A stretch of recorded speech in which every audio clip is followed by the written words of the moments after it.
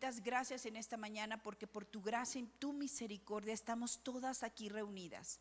Yo sé que faltan algunas, Dios, algunas que anhelamos y que extrañamos mucho. Por favor, pon en ellas el querer como el hacer, que puedan saber, Dios, que este es nuestro tiempo, que esta es una palabra que tú has preparado especialmente para nosotras, que lo anhelemos, que nos guste estar juntas, que nos guste saludarnos, mirarnos, exhortarnos unas a las otras. Te doy gracias por cada una de las que estamos, porque yo sé que dispusieron de muchas maneras para estar aquí, poniéndote a ti como primero, y yo te doy gracias. Y algunas que no están porque no pueden, Dios, como en el caso de Karen y algunas otras enfermitas. Por favor, Señor, sánanos y sánalos para que puedan estar aquí todos juntos. Alabemos tu nombre y exaltemos a tu nombre, Señor, y tu voz. Gracias en el nombre de Jesús. Amén. Sí somos afortunadas por estar, ¿están de acuerdo? Hay tantos impedimentos a veces que somos muy afortunadas, así que bienvenidas. Vámonos a Mateo capítulo 25, hoy vamos a ver otra parábola. Por ahí viene el mensaje, en los mensajes del grupo que no teníamos la anterior, ¿verdad? Bueno, de alguna manera espero que hayamos tomado notas. Vamos a ir viendo todas las parábolas, entonces sí, no le pierdan la pista para que podamos ir tomando sentido. Hoy vamos a ver una parábola de todas conocida, de la cual se habla mucho y de hecho es muy breve, extrañamente muy breve. A ver, recapitulando, dijimos que las parábolas fueron dichas por el Señor Jesús, palabra del Señor Jesús literal. ¿Y con qué fines? ¿Se acuerdan? Dos fines. Uno era para juicio, para el que no quería entender, y para ir más profundo, para el que le era revelado el misterio. ¿Ok? Entonces, la mayor parte de las parábolas refieren al reino de los cielos.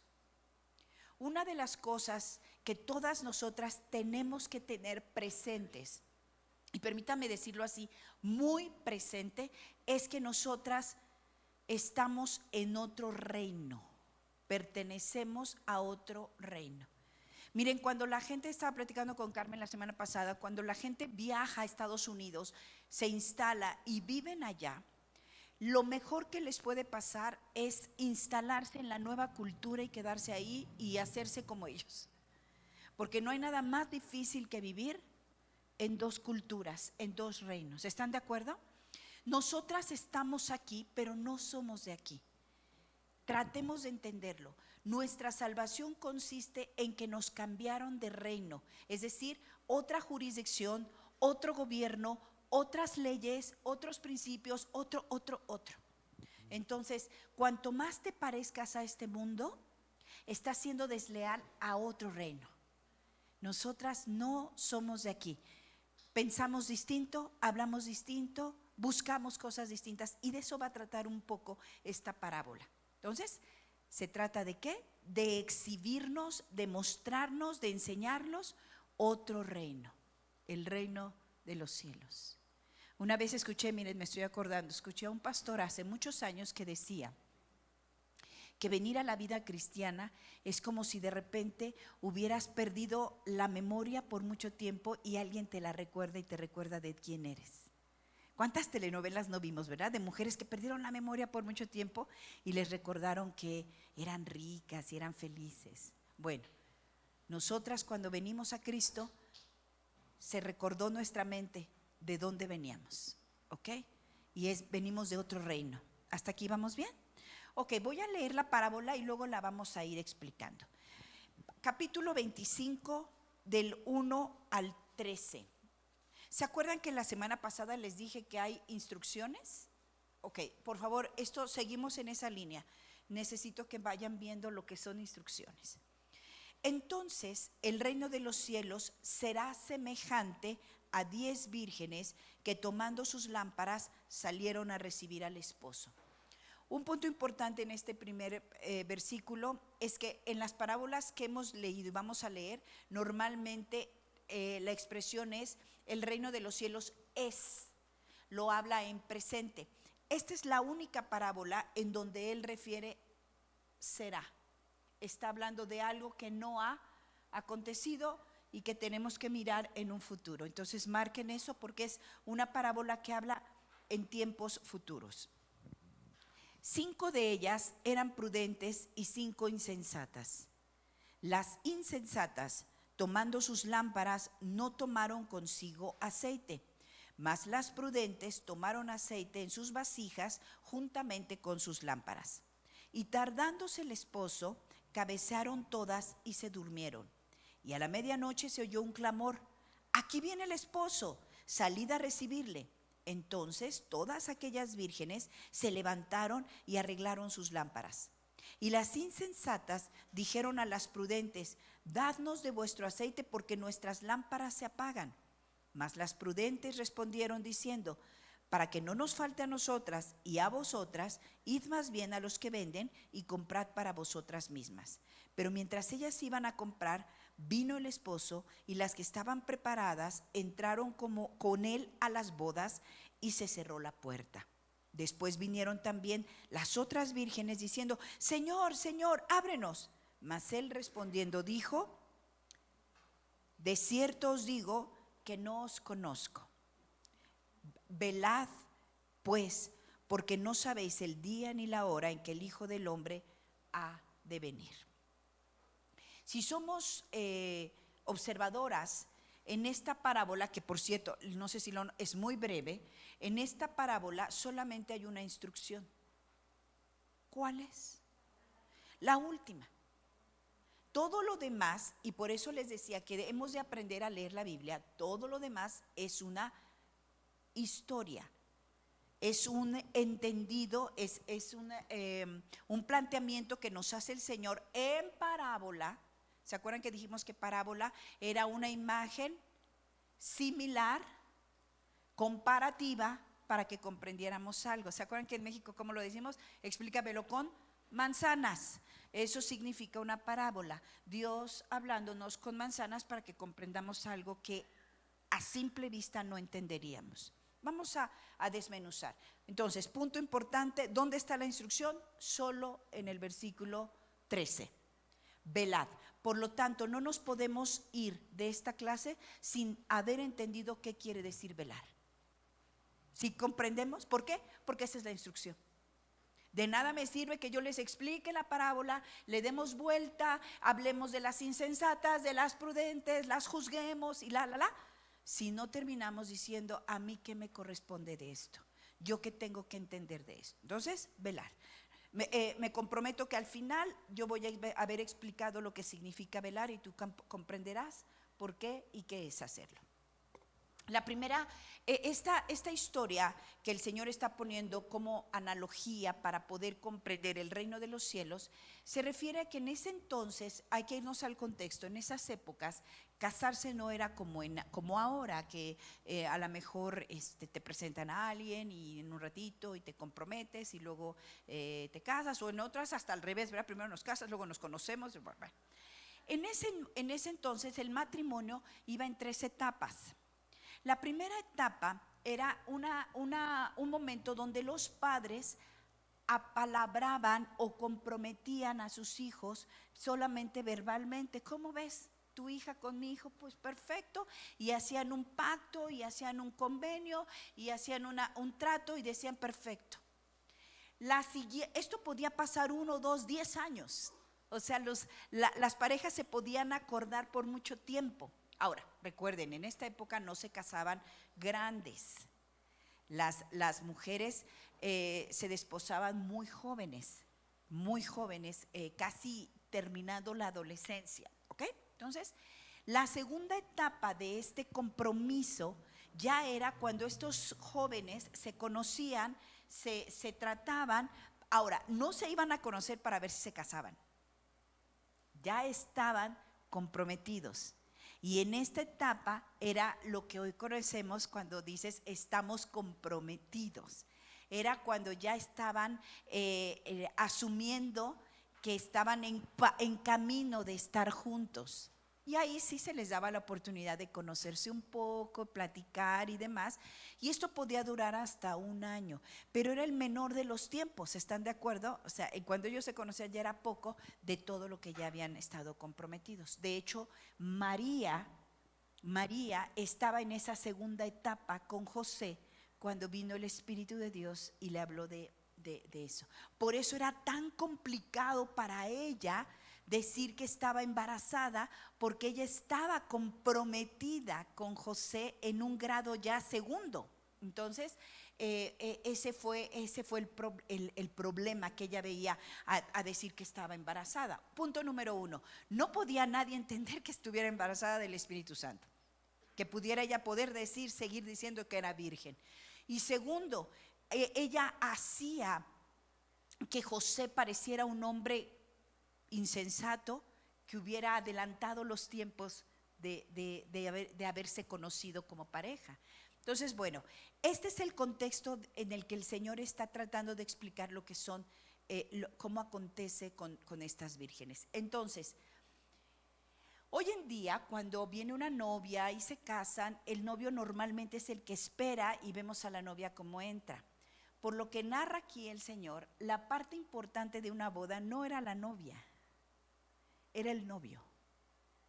Es el novio el que estaba desposando a la virgen. Es el novio el que, voy a decirlo de esta manera, la privilegiada era la mujer. ¿Sabes? Estaba siendo desposada por alguien, iba a ser tomada por alguien y puesta en una posición diferente. Por eso es la esposa de, no el esposo de, que hoy vivimos al revés. Ahora parece que es el esposo de, porque somos nosotras cabeza y no debemos ser. Siempre él es. Y lo que narra aquí es que cuando eran las bodas, el novio era el que llegaba después. Porque literal sin novio no había bodorrio. Entonces el novio venía y cuando él llegaba, hagan de cuenta que era la última persona importante. Todos los demás éramos visita. Y como en el día de hoy la novia venía acompañada de sus damas y el novio de sus pues, jóvenes amigos, y así se acompañaban hasta el momento de desposarse. Estas 10 vírgenes eran 10 mujeres solteras, que no tenían ninguna relación con hombre y que acompañaban a la novia y se preparaban, y se suponía que la gente se casaba de noche. Esto tiene una razón de ser, porque era de noche y porque se necesitaban lámparas. Porque en estos climas el calor era muy fuerte y la gente invitada venía de muy lejos y venían caminando por muchas horas, lo cual indicaba que el calor iba a ser tremendo. Por lo tanto, se esperaba que la boda se culminara por la noche para que ellos caminaran de tarde con el sol más bajito, y entonces se llegaba a la boda cuando ya era de noche. Por lo tanto, en las bodas era importante el factor luz. ¿De acuerdo? O sea, era importante que hubiera iluminación con estas lamparitas y con aceite. Entonces, así como para nosotros ahora la electricidad, pues para ellos era la lamparita con el aceite. Entonces, cuando ellos llegaban en la noche, ellos ya empezaba el convivio, y podían irse hasta muy de mañana, porque las bodas, en la tercera etapa, es que no duraban una tarde o una noche, duraban días. Por eso recordarán aquellas bodas donde estuvo el Señor y que se había acabado el vino. Ustedes dirán, oye, pues ¿cómo tomaban? No, eran muchos días en que se van agotando las provisiones. Entonces, cuando ellas están esperando, el trabajo de ellas era importante. ¿Por qué? Porque sus lámparas iban a alumbrar al novio. Cuando ellas recibieran el mensaje de que el novio llegaba, ellas se iban hacia donde él estaba. ¿Para qué? Para traerlo en una especie como de procesión, así con él, así muy emocionante, para que llegara hasta donde estaba la novia. El trabajo de ellas era simbólico, pero al mismo tiempo era un trabajo importante, porque el novio finalmente encontraría el lugar, ¿verdad? De que llegaba, llegaba, pero era un trabajo de ir alumbrando el camino hacia donde estaba la novia. Este es el contexto. Y dice aquí que en esta parábola, y deliberadamente dice, y el novio se había tardado. No es accidental. ¿Qué quiere decir? Que si quizá lo esperaban a las 8 de la noche, estamos hablando de que probablemente ya era la medianoche. No, una cosa importante, cuando estudiemos una parábola, no le agreguemos lo que no dice. No hagamos, creo que lo platicamos la semana pasada, no hagamos añadiduras, no demos interpretaciones.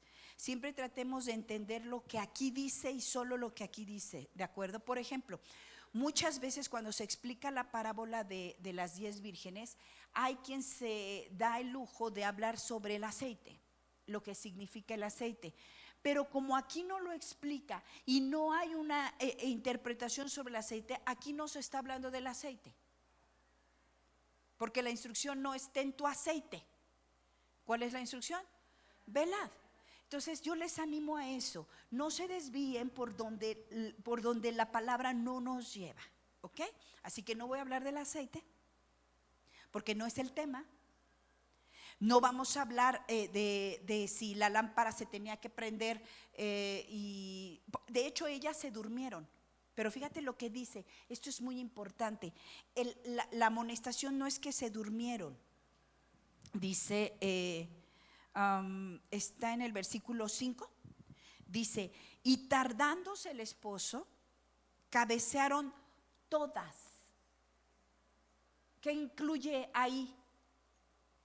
A las prudentes y a las no prudentes, lo cual quiere decir que cabecear y dormirse no significa que eres imprudente, ni nada de eso, no era el tema. Vamos, ¿me van siguiendo? No es el tema si cabecearon, dice todas.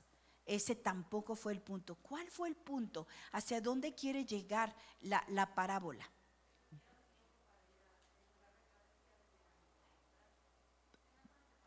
Que no estaban preparadas. Ese es el tema, que no estaban preparadas. Ahora, la medianoche habla de que ya se habían pasado mucho tiempo. Quiere decir que ellas se durmieron fuera del tiempo. O sea, para ellas ya se había tardado mucho. ¿Qué pasa cuando algo se va tardando? ¿Qué empieza a aparecer en nuestra mente? Pues desánimo, ya no va a llegar. ¿Ya para qué? Ahora, imagínense a estas vírgenes, iban perfectamente arregladas. Todas, no, aquí no habla de que una no tenía lo que tuviera. Seguramente su arreglo era perfecto, todo estaba perfecto. Aquí, salud, aquí hay un punto importante. Todas externamente cumplían los requisitos. Donde fueron descalificadas fue en lo interno. Esto es muy importante. Esto nos lleva a nosotras a entender que yo puedo parecer prudente, pero en la hora de la hora la puerta se me va a cerrar en las narices, porque lo que mira Dios no es si parezco. Y quiero, antes de ir a profundizando en esto, hermanas, el reino de los cielos al que nosotras pertenecemos está lleno de promesas. Amén. De riquezas en gloria en Cristo Jesús. Amén. Tenemos poder, tenemos autoridad, tenemos la gracia infinita, tenemos el perdón de nuestros pecados, tenemos acceso al trono de la gracia, tenemos. Esto puede llevarnos a un malentendido de mi trabajo como hija de Dios. Si yo no asumo que a pesar de todas esas bendiciones yo tengo un compromiso que cumplir, yo me voy a volver imprudente. Una persona que no prevé, que no conoce su función, que no hace su trabajo. ¿Están de acuerdo que cuando te casas, aunque tienes un montón de promesas en ese matrimonio, hay que estar activo? Hay que participar. Hay que ser parte de ello. Bueno, las disciplinas espirituales como orar, leer la palabra, orar en privado, meditar la palabra, reflexionar la palabra, obedecer la palabra y compartir la palabra son deberes independientemente de mis promesas. Algunas veces descansamos tanto en las promesas que se me olvida el deber. Descansamos tanto en lo que Dios hace, en lo que Dios es, en lo que Dios dice. De hecho, mucho tiempo, por muchos años, la doctrina cristiana solamente radicaba en que Dios hará. Les pregunto, ¿Dios hará? Sí. Pero si solo se redujera a eso, hay muchas cosas aquí que no tendrían sentido para mí. Dios hará y yo también. Amén. Y yo también. Lo que trata esta parábola es de mujeres prevenidas, de mujeres que sabían su función, de mujeres diligentes, de mujeres que más allá del atuendo y la función que inmediata o elemental de portar una lámpara, ellas entendieron que una mujer tiene que ir mucho más allá. ¿Cuál era la primera cosa que las prudentes sí vieron y las otras no? Que se podía tardar el novio. ¿Les ha pasado ir con gente prudente? Espérame tantito, voy por una bolsa por si no sé qué. Vamos a llevar un poquito de agua por si. Y esas personas prudentes normalmente encuentran oportunidad para probar que ser un poco previsor no tiene nada de incorrecto. Es al contrario, se me acabó. Oye, ¿no traerás? Oye, ¿no tendrás? Oye, no sé qué. Y fueron tan prudentes. A mí me queda más claro su prudencia en la respuesta que les dan a las otras. Yo no sería prudente. Yo lo leía y decía, Señor, yo caería en la imprudencia. Vamos a suponer que ellas se previnieron y tenían más aceite. A lo mejor las otras dijeron, ¿cómo se va a tardar el novio? ¿Cómo que vas a llevar más aceite? ¿Que no te dijeron que llega a las 8? Pero ellas dijeron, no sé. Hasta ahí eran prudentes, pero ¿sabes dónde fueron más? En la respuesta, cuando dijeron, si yo te doy de mi aceite, ni tú ni yo. ¿Cuántas veces, Aranza, estamos haciendo eso? Ya fuiste prudente, ya calculaste los daños, ya llevabas alforja, ya llevabas agua, y por querer ser como más generosa, como más, no sé, como para ser buena, te quedas tú con lo que traías y el otro igual. Yo siempre digo que eso pasa con los sándwiches del recreo. Fíjate bien. Yo no sé si les pasa, pero el sándwich del recreo se hace cada vez más chiquito. Con el hambre que tenemos a la hora del recreo, yo veo el pan y me digo, de verdad pareciera que lo hicieron así. Y luego las mamis lo aprietan tanto que dices, estíramelo tantito para que rinda, ¿no? Y sucede que cuando tienes tu sándwich, que yo no le he calculado, pero han de caber unas 8, 9, 10, 12 mordidas, dependiendo quién muerda, porque hay hijos que se lo echan, ajá. Pero imagínate que estás en el recreo con el hambre que traes y viene un hermanito tuyo, un amigo, y te dice, ¿me das? ¿No lo quieres matar? Yo sí me lo, ustedes porque son buenas cristianas, pero yo sí me lo he planteado. Yo ¿saben qué digo? ¿Sabes qué digo, Areli? ¿Qué dice? Ay, si traigo COVID. Oye, o te van a pedir y tú, no. ¿Sabes qué llegó a pensar? Ni te va a quitar el hambre, la mordida que le vas a dar. ¿Sí lo llegan a pensar? No te va a quitar el hambre. Exactamente, te va a dar más. Literal, ni tú ni yo. No lo he hecho, pero sí dan ganas de decir, cómetelo tú. ¿No es cierto, Tere? Ni tú ni yo. Y luego ahí lo ves al pobre así junto a ti como diciendo. Y luego que te dicen, pues aunque sea la última mordidita. Y terminamos los dos comiendo mal. Eso es imprudencia. Por eso cuando tú, y eso se los digo ya como a colación, vayas a comerte un postrecito, ¿ok? Hay gente que, por ejemplo, por salud necesita comerse una colación de vez en cuando. Traes una manzana, no digas gustas. Díganme. Ni nos sintamos mal porque no nos dijeron gustas. ¿Sí estamos comprendiendo la parábola? Si alguien saca su manzana, su galleta, lo que sea, por favor, ayúdala a que se la coma completa y bien y de buenas. Y no le no hagas ojitos. Y si te vas a comer un platito de fruta porque lo tienes que hacer, o un pepino porque lo tienes que hacer, vete a un lugar donde no despierte salivación en otros, que ni hambre tienen los tremendos, porque ni lo van a valorar. ¿Estás de acuerdo?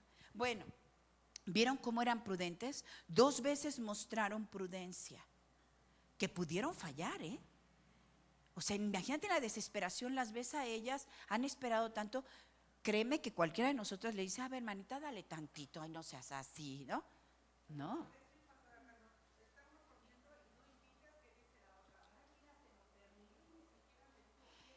Porque tenemos esa cultura, pero yo no creo que así sea. Vean aquí.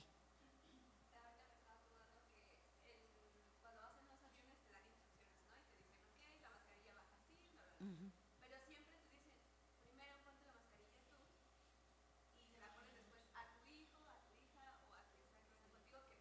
Totalmente.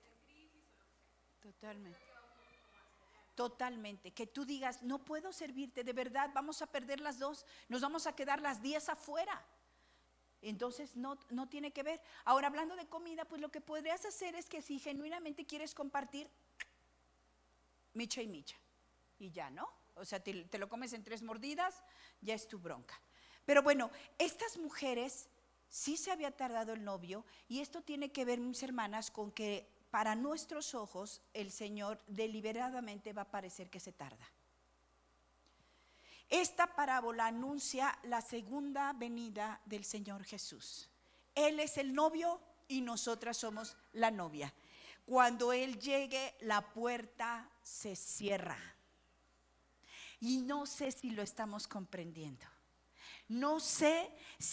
Yo no sé qué pensarían estas 5 mujeres o esas 10 mujeres, qué conversación tendrían en esas horas de espera, pero es el equivalente a lo que tú y yo hablamos, platicamos y en qué invertimos nuestro tiempo en este tiempo mientras Él tarda.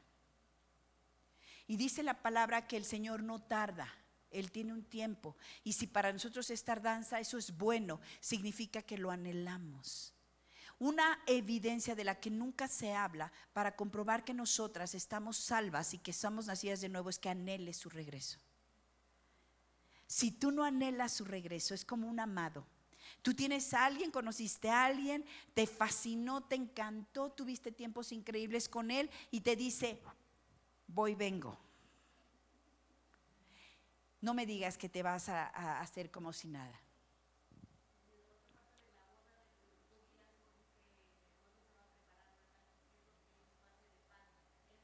Así es. Sí, no es una tardanza de que estoy ahí viendo a ver cuántos llegaron, quién vino. No, es una tardanza con propósito. Él está esperando a que el lento se arrepienta, pero sobre todo está preparándonos lugar. Y nosotras, alguien que espera, oye, y el muchacho que conociste, aquel que hoy va a regresar y viene para diciembre. Y otra, ¿y cuándo viene? No me dijo. Ay, manita, pues échale ganitas, arréglate porque puede venir hoy. Nadie sabe el día ni la hora. Mi pregunta es, ¿parece que lo estás esperando? ¿Parece que lo estamos anhelando? Algunas de nosotras estamos tan anhelantes de cosas terrenales. Por eso el apóstol Pablo insistía, pongan los ojos en las cosas de arriba. Va a regresar tu novio, viene de regreso tu novio, que no nos halle distraídas. Eso es velar. En los originales, y no quiero buscar ningún sinónimo que no sea, todas sabemos que es velar, permanecer despierto. Y en términos espirituales es estar alerta, es estar con los ojos abiertos en las cosas eternas, que tus acciones miren más por el futuro eterno que por el futuro terrenal. Y les digo una cosa, habemos aquí dormidas. Tus temas, tus miedos, tus propósitos, todo tiene que ver con este mundo. Y eso la palabra de Dios le llama dormida. Una mujer despierta para Dios es una mujer que incluso le pasan de largo las cosas terrenales porque sus ojos están puestos en lo eterno. Estaba pensando en este estudio y me puse a pensar en un estudiante de medicina. Y me puse a pensar en un estudiante de medicina porque un estudiante de medicina sobrio o despierto, atento, velando, es aquel que entra a todas las clases, todos los minutos de su educación, pensando y consciente del día que tenga a un paciente enfrente de él. ¿No les gustaría un médico así? Que desde el día 1 de su preparación no pensó en otra cosa. No pensó en la graduación, no pensó en el examen final. Todo el tiempo de su preparación, lo que él tenía claro es que un día iba a tener a un paciente frente a él, del cual dependería toda su vida o su muerte. ¿Cómo creen que tomaría esas clases este estudiante? ¿Tú crees que le importaría si ya el maestro se pasó de tiempo? ¿Tú crees que a él pasaría de ay, se le olvidó revisar la tarea, qué emoción? No. Porque toda su atención estaría en el día. Yo pienso en esto en un abogado. Un abogado se sienta en una aula de clases pensando que un día va a ser él el factor de que uno entre a la cárcel por toda su vida o salga a la libertad. Mi pregunta es, ¿con esa actitud estamos sentadas aprendiendo aquí? ¿Con la certeza de que un día estaremos delante del Señor dándole cuentas? ¿Y que puede ser mañana? ¿O en unas horas? ¿O que estoy aprendiendo de tal manera que estoy consciente que en cualquier momento el Señor me para a alguien enfrente para que le hable del reino de los cielos y de mí dependa que se vaya al cielo o se entierre en el infierno? Estamos con eso es velar, eso es sobriedad, y me temo que no estamos sobrias. Estamos dormidas. Ahora, la estadística que plantea la parábola se me hace incluso muy bonachona, porque en cualquier negocio y en cualquier lugar, si el 50% es pérdida, no es negocio. En cualquier, lo que te guste, si por ejemplo te digo, oye, no sé, la probabilidad de que Zacarías esté enfermo es 50%, es mucho. Te voy a quitar el 50% de tu salario, es mucho. No olvidemos, esa estadística es literal, no la está suavizando, está diciendo la mitad no entra. Véanlo así, no sé cuántas somos ahorita, quizá 30, 25.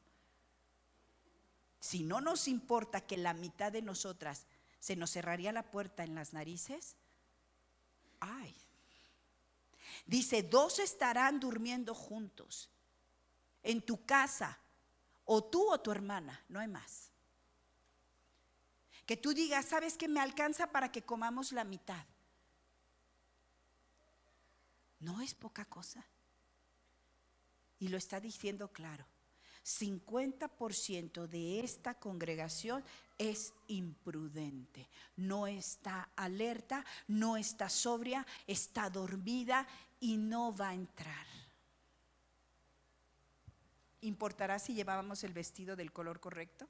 ¿Importa si traíamos nuestra lámpara todos los días? No, ya no importa. Y eso es lo que está diciendo. Dejen de pensar en lo que no importa. No importa si llegabas a todas las clases, no importa si te sabes todas las promesas, no importa si has leído 5 versiones de la Biblia, no importa si la puerta se nos va a cerrar en la cara, estamos errando. Y el trabajo nuestro, y dice que nosotros tenemos por costumbre no congregarnos. ¿Y sabes para qué es congregarnos? Dice que nos congregamos para estimularnos. ¿Sabes qué es estimular? estimularnos. ¿Sabes por qué estamos aquí? Porque nos estamos provocando, moviendo. Cuando alguien te dice, es que me provocó. Entonces estamos aquí congregadas, Andy, para hacerte así, para estimularte a las buenas obras, para estimularte a despertar. ¿Y qué es entonces velar? No te dice mantente despierto, es vela, sobrio. ¿Y sabes qué pensaba? Este mundo lo que quiere es adormecernos. Así literal, así. Hipnotizarnos. Voy a decir una palabra que dice mi papá. Porque no es hipnotizarnos, es agarrarte así, seducirte. Mira, esto te gusta, mira esto. Fíjense, vamos a ver, acompáñenme a Efesios, capítulo 2. Porque recuerden que tenemos que irnos claras de lo que significa velar, ¿ok? Efesios capítulo 2, permítame tantito. Versículo 3. Si alguien lo tiene, me ayuda. Es que se me mojó y se me...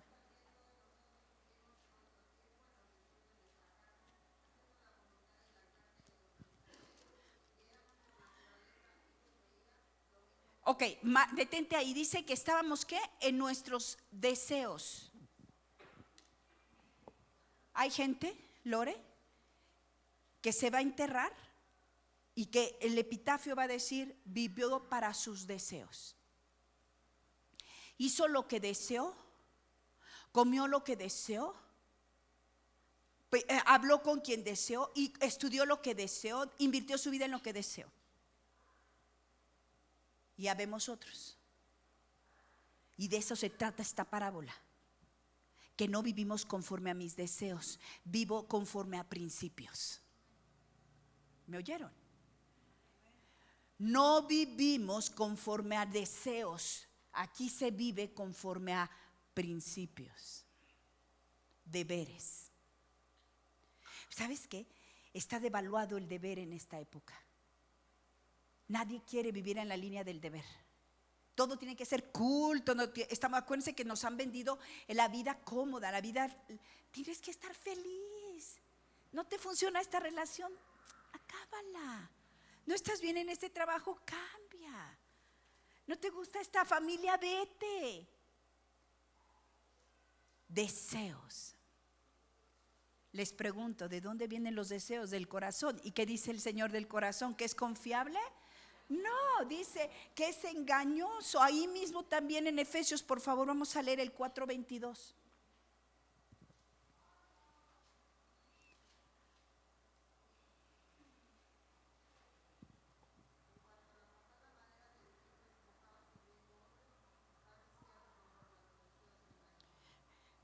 Entonces, ¿qué tengo que ir rompiendo en mi naturaleza? Mis deseos. ¿Contra qué voy? Precisamente, voy contra mis deseos. ¿Y qué me mueve? Mis principios. Vamos sobre los principios. Eso es una persona apercibida. Hermana, ¿por qué no veniste? Ay, no tenía ganas. Fíjate, toda la gente se plantea en estos principios de años sus planes. Yo les voy a decir algo, sinceramente. ¿Quieres mantenerte despierta? Lee la palabra. Ora en silencio. Huye del pecado. Aborrécelo. Busca la santidad.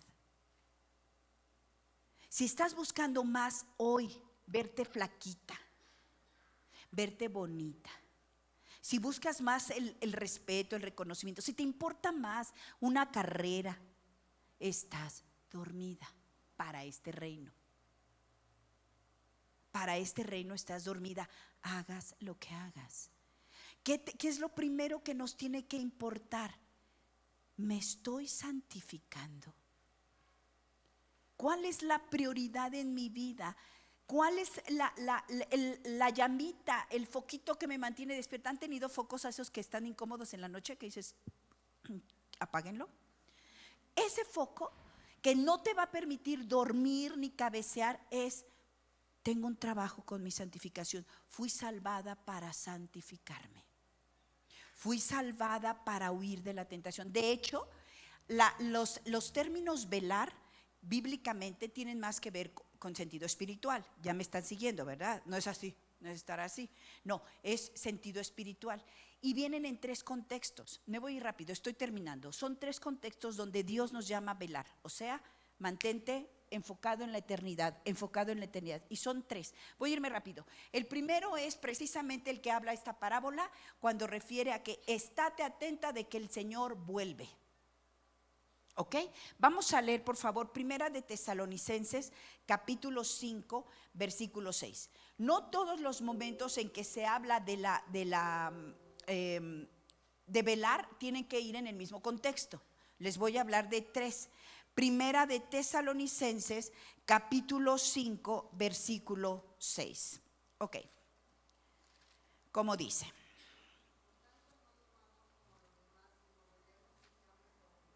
Pero hay que leerlo desde el 5:5, por favor.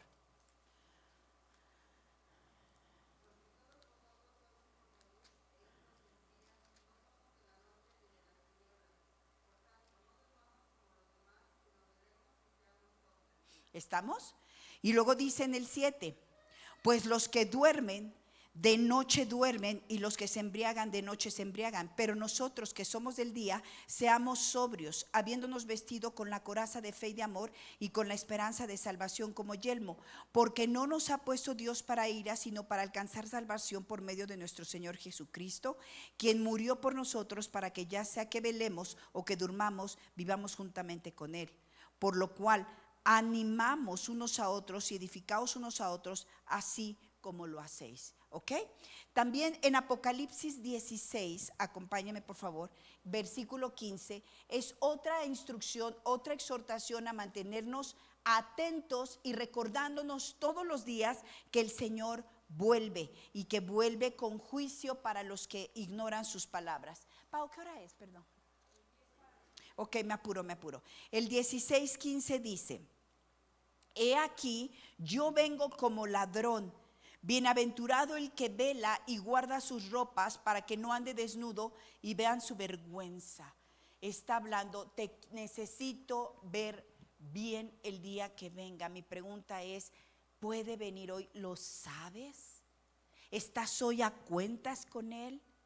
Hoy estás en toda la claridad de lo que significa ser salvo, santificado, limpio ante sus ojos. Dice la palabra que cuando Él venga hallará fe en la tierra. ¿Y qué quiere decir fe? La misma que dice Santiago: muéstrame tu fe por tus obras. Una fe que nos quiere hallar postrados, arrepentidos, reconciliados en los negocios de mi Padre. Me encanta, el Señor Jesús decía, y se lo dijo a sus hermanos y a su mamá: mami, ¿por qué me andas buscando? Estoy en los negocios de mi Padre. Mi pregunta es, si yo te buscara cualquier día, ¿te encuentro en los negocios de tu Padre o en los tuyos?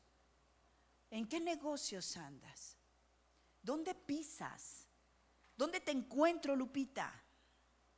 ¿Dónde encuentro tus oídos, Benita? ¿Dónde está tu mente entre semana? ¿En los negocios de tu Padre? Sabiendo que en cualquier momento viene. ¿O estás en tus negocios, estás en el mundo, comiéndote el mundo, ganándote el mundo? Estás dormida. Y en otro contexto también de velar, este lo conocemos perfecto, está en Primera de Pedro, capítulo 5, versículo 8, que es el contexto de velar para estar a salvo del diablo. ¿Lo recuerdan? Primera de Pedro, capítulo 5, versículo 8. Dice: sed sobrios y velad, porque vuestro adversario el diablo, como león rugiente, anda alrededor buscando a quien devorar, al cual resistid firmes en la fe, sabiendo que los mismos padecimientos se van cumpliendo en vuestros hermanos en todo el mundo. Este es el contexto más peligroso. Miren, es un error la gente que pone al diablo en todo, y es un error la gente que no lo pone en nada. Está como león rugiente. Él no está dormido. Él es más fuerte que tú y que yo. Y Él está buscando la manera de devorarnos. Él está buscando la manera de arrebatarnos del rebaño y robarnos la paz y la comunión con Dios. Te pregunto, ¿estás velando por eso? Cuando tú vas a lugares medio difíciles o que te llaman que son un poco inseguros, ¿vas distraída? Me pasó una vez con mis hijas. Yo sé que hay lugares en donde hay que cuidarse un poquito más. ¿Sí lo saben? Yo digo, ¿qué nos pasa? Y cuando tú vas, por ejemplo, Leti, con tus hijas o no sé, que fueras y le dices, ¿abusada? Yo me acuerdo mucho de eso a mi suegra, abusadas. Y quería decir eso, le vas luego en la lela. Y abusadas quiere decir muchas cosas. Y cuando vas abusada, cuando vas en el metro, ¿vas abusada o no vas abusada? Te quiero ver ahí así, tu celular, no. ¿Cómo vamos? Y guardas distancia y atenta. Hay lugares para ir más descansadita.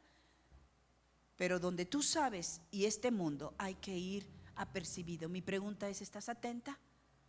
¿O el diablo te está mordiendo y zarandeando y llevando y acá y tú creyendo que todos estamos igual? No. Hay que estar atento, apercibido. Y en este contexto del diablo es muy, muy claro. Y también hay otro en el contexto de no entrar en la tentación. Recuerden que no entrar en tentación es parte de nuestra oración. Señor, ayúdanos a no entrar en tentación. Pero fíjate que Dios nos dice otra cosa: cuídate de la tentación. ¿Por qué? Porque una de las cosas, vamos a 1 de Corintios, una de las cosas en las que más caemos, mis hermanas, es en la tentación. No nos defendemos de ella. No nos defendemos, como precisamente nos gusta lo que nos gusta, pues decimos que tiene de malo. 1 de Corintios capítulo 16, acompáñenme, dice en el versículo 14.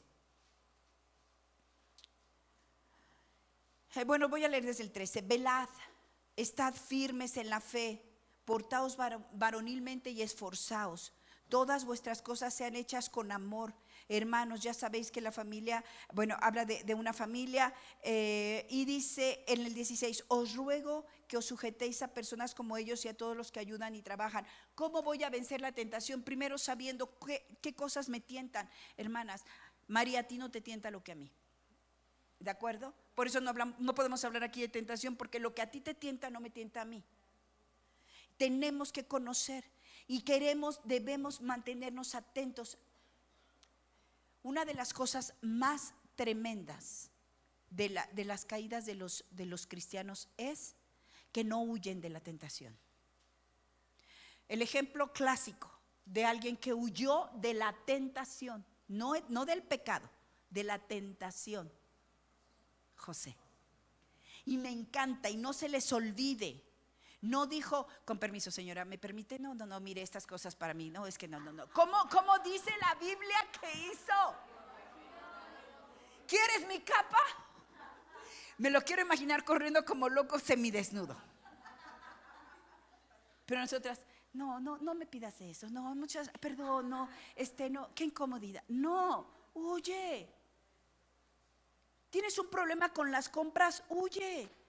¿Tienes un problema con pedir prestado? Huye. Ya estoy a punto de pedirle prestado. Sí, hermana, es tu tentación. Y esa te lleva al pecado. Estoy a punto de mentirte. Leti, estoy a punto, porque eres tan linda que estoy a punto de mentirte. ¿Por qué no llegué? ¿Por qué no hice? ¿Por qué no esto? Estoy a punto de mentirte que me importa tu problema. Eso es tentación. ¿Me están siguiendo? Estoy a punto de decir que no quiero ir a la iglesia. Estoy a punto de enojarme porque lo que sea. Huyan de la tentación. Una mujer prudente, una mujer que va a entrar al reino de los cielos, no está dormida. ¿Estás previniendo el tiempo? ¿Estás lista para que Él venga? ¿Estás lista o no?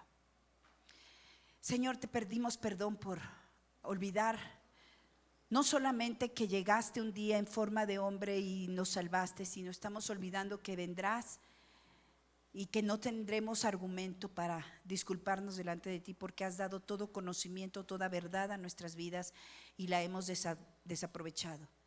Te ruego, Dios, que nos apercibas todos los días y que no haya nada más importante cada mañana que recordar que tú vienes pronto. Y que en ese lugar, Señor, cuando estaremos frente a ti, no estaremos en comunidad. Iremos una a una. Y yo quisiera, Señor, pedirte que ninguna de nosotras oigamos la puerta cerrada. Porque si alguna de nosotras tiene la puerta cerrada, es que no nos exhortamos, no nos hablamos con la verdad y no nos enseñamos lo que teníamos que aprender. Señor, enséñanos a repetir y aprender que para aprender hay que repetirnos y repetirnos y repetirnos las cosas. Como dijo el apóstol Pablo, que él no tenía ningún problema con repetir una y otra vez lo mismo. Ayúdanos a repetirnos una y otra vez: Cristo viene, Cristo viene, Cristo viene. Gracias, Padre, en el nombre de Jesús. Amén. Amén. Se me fue el tiempo, pero había